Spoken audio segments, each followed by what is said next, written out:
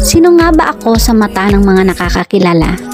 Yan lang ang hindi ko alam. But anyway, ako nga pala to si Chen na mahal ka. Cheers! Na nagmamaganda. Yaan nyo na, araw ko naman to. 2019 nga pala unang pagsubok ko as a solo mom. No support at all. Tinanggap ko dahil ginusto ko makipag-iwalay. Pero kala ko kasi susuportahan ako. Sinampal ako ng katotohanan na hindi pala ganun kadali as a solo mom. Pagkain, tuition ng anak, mga iba't ibang needs ng anak mo, ikaw lahat sumalo. Meron pa yung time na magkakasakit sila tas walang wala ka. May hinihingi sila pero di mo kayang ibigay kasi wala kang trabaho to sustain their needs.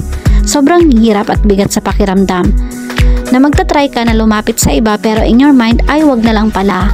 Si Chen nga pala matapang. Nope, nagtatapang-tapangan lang yan kahit mahinang nila lang naman. I cried? Yes. Oo naman, many times. Umiyak ako gabi-gabi. Ask him why you put me in this life. Pero suddenly, I realized na gaano ako katigas sa hamon ng buhay. Gusto ko magpasaklolo. Pero bago ko pagawin yon, may mga ibang tao na nasumasaklolo sa panahong nabibigatan ako. Nag-expect ako na yung malalapit sa akin, yung sasaklolo sa akin sa panahong hinang-hina ako.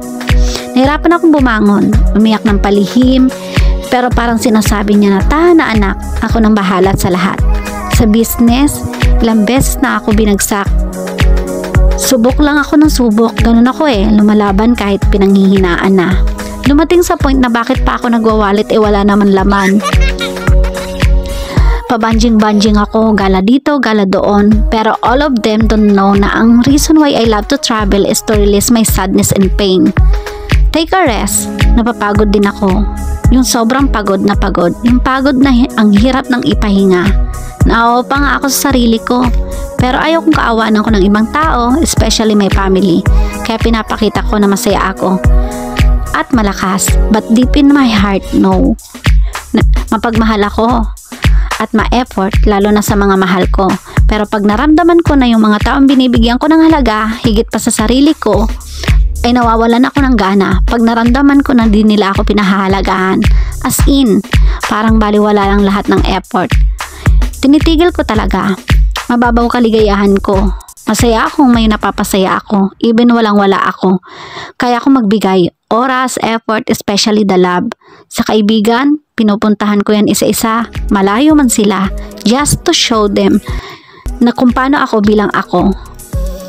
Bilang kaibigan, mahirap ka man o walang wala, di kita iiwan, di kita huhusgahan. Iiwan lang naman kita pag pinaramdam mo na wala akong halaga. Black and friend para di na humaba pa. Maraming beses ko nang pinatunayan, pero ang kinikita ko, ginagasta ko. Oo, ini-enjoy ko, sinishare ko kasi naniniwala ako na ang buhay ay weather lang, charis. Malay natin bukas makalawa, pumanaw ka na. Di mo man madala, at least na-enjoy mo na. I am not a money keeper. I am a memory keeper. Kaya wala man ako ng ipon, at least di ako nagsisisi na nakapagbigay ako ng munting kasiyahan sa iba. Di man ako masuklian ng iba, at least ginawa ko yung best ko. Mapagdamdam ako, pero di ako mapagtanim ng sama ng loob. Di nga lang kita kakausapin ulit. Masama tabas ng bibig ko. Pagalit ako, ano-ano lumalabas sa bibig ko, as in below the belt. Masasabi ko.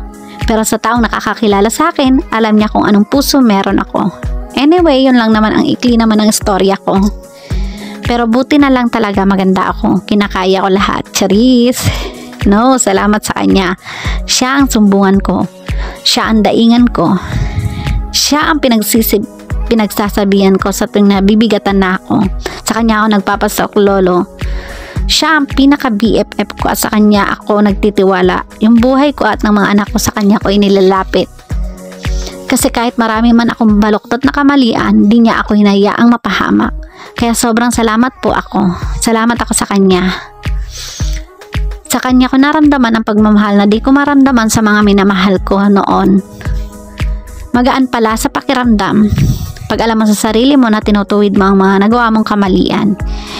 Pero hindi porket nakagawa ako ng kamalian ay masama na akong tao. Pero oo, ganyan ako. Cheers! Bye-bye! Yun lang. Love you all.